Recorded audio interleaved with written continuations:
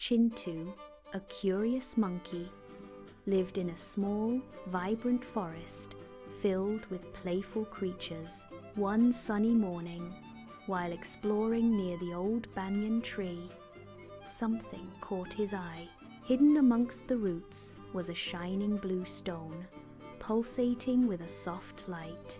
Intrigued, Chintu cautiously reached out and picked it up, his heart pounding fast. As his fingers closed around it, the stone began to glow even brighter, startling him. Initially scared, Chintu almost dropped it, but his curiosity quickly won over his fear. He examined the stone closely, turning it over in his hands, mesmerized by its glow. Could it be? Could this be a magic stone, just like in the old forest tales?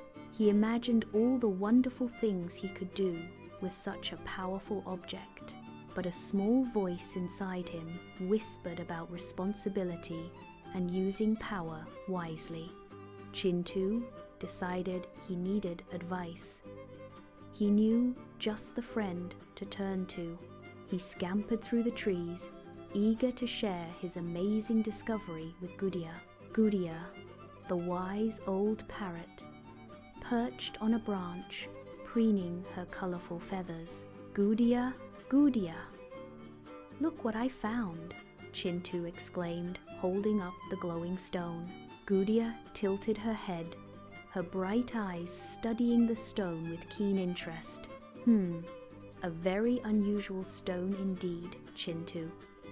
Where did you find such a thing? Chintu explained his discovery, his voice filled with excitement and wonder. Gudia listened patiently, her expression thoughtful as she absorbed the information. It does seem to possess some magical properties, she finally said, nodding slowly. But magic is a powerful thing, Chintu. It must be used with great care. She advised him to keep the stone safe and to only use its magic for good deeds. Chintu promised to heed her words, understanding the weight of his new responsibility. Days turned into weeks, and the forest began to change. The sun beat down relentlessly. The once lush green leaves started to wither, turning brown and brittle. The river that flowed through the heart of the forest slowly began to dry up. A severe drought had gripped the land, and all the animals were suffering greatly. Chintu watched with a heavy heart as his friends struggled to find water and food. The deer were weak and thirsty. The birds' songs were replaced by desperate cries. Even the mighty lion looked weary, his roar reduced to a mere whimper. Chintu remembered the magic stone, tucked safely away in his hollow tree home. Could it be the answer to their prayers? Could it help them overcome this terrible drought? He hesitated, remembering Gudia's warning about using magic responsibly. But the suffering of his friends was too much to bear. He had to do something. He raced back to his tree, his mind racing with possibilities and anxieties.